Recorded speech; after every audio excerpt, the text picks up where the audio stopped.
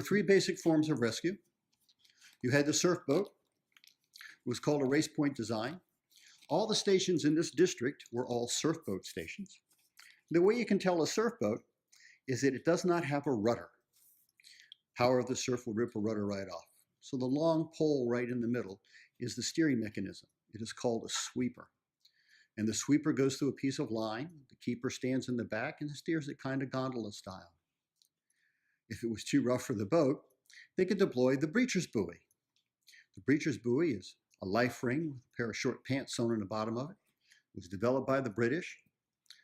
It was a very effective method, you can see in the diorama.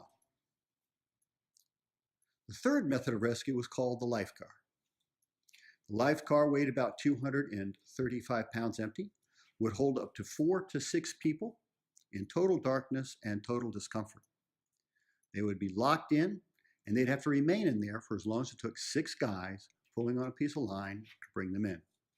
Very uncomfortable, very nerve-wracking, but there's no record of anybody ever dying in a life car. Whether you use the breacher's buoy or the life car, the way they got the line from the shore to the ship was with the Lyle gun. It's named after David Lyle. He was an Army artillery officer. He developed it. It is a smooth bore cannon. It has an effective range into the wind of a major storm of about 350 yards.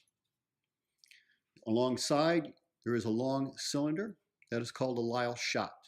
At the end of it is there a little ring. That ring would be poking out of the barrel, and attached to the ring would be the messenger line. The messenger line is in a faking box, and faking is a nautical term for laying out line in a pattern. So there's a top that goes on that box. They turn it upside down, pull the spikes out, and it lays perfectly flat, won't kink, won't knot, or tangle. Also attached to the messenger line are the 2 spools called the whip. The whip is an intermediate line that is attached to the heavy hawser, which carries all your weight. You pull the hawser out with the whip.